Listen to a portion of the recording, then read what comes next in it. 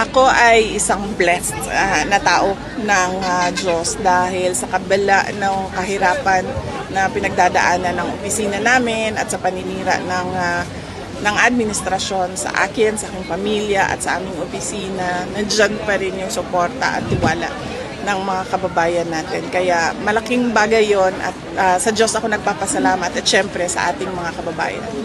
Last two questions po, ma'am. Ano po ang masasabi niyo sa nananatili niyo po mataas na trust and approval rating po sa mga iba't ibang survey? Oo.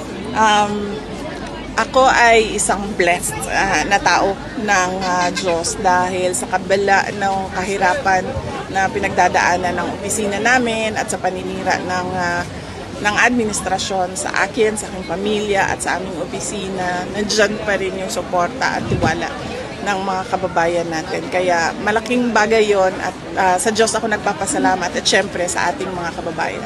Last question, ma'am. Ang huling mensahe niyo po para po sa ating po mga kababayan. Oh yes, huwag tayong mawala ng pag-asa. Alam ko frustrated na ang mga tao, galit na ang mga tao at nawawalan sila ng pag-asa na kung meron pa bang pagbabago at mas maayos na Pilipinas para sa atin at para sa ating mga anak. Pero kapag nagtulungan tayo, ibalik natin ang tapang at malasakit, merong pag-asa ang mga Pilipino at ang ating mahal na Pilipinas. Salamat, Thank you.